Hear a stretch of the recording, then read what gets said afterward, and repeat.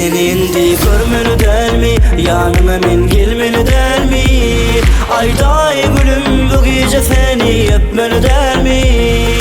Görmeli der mi? Yanına men gelmeli der mi?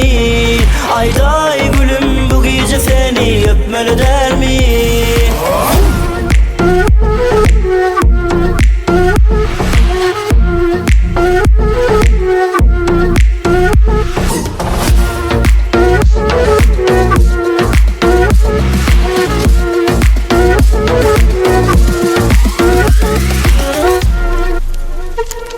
Netmeyde bollu besser Süjü sözüne başım ayladım.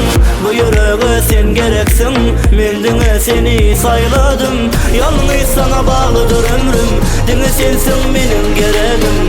Bu yüreğim bir sendin yer, bu gece seni öpmeli der mi? Seni indi görmeli der mi? Yanına men gelmeli der mi? Ayday gülüm bu gece seni öpmeli der mi? Görmeli der mi? Yanına men gelmeli der mi? Ayday gülüm bu gece seni öpmeli der mi?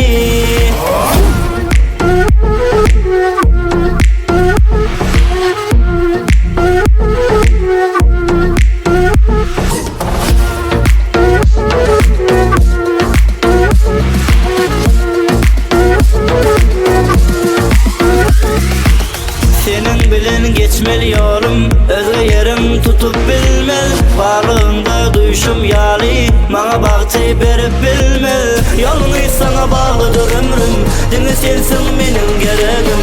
Bu yüreğim bir sendin yer, bu gece seni öpmeli der mi? Seni indi görmeli der mi? Yanına men gelmeli der mi? Ayday gülüm bu gece seni öpmeli der mi? Görmeli der mi? Yanına men gelmeli der mi? Ayday gülüm bu gece seni öpmeli der mi?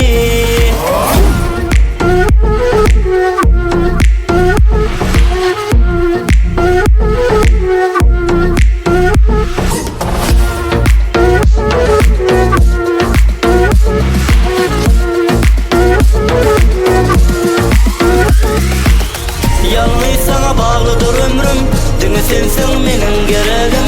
Bu yüreğim bir sendin yer, bu gece seni öpmeli der mi? Seni indi görmeli der mi? Yanına men gelmeli der mi? Ayday gülüm bu gece seni öpmeli der mi? Görmeli der mi? Yanına men gelmeli der mi? Ayday gülüm bu gece seni öpmeli der mi?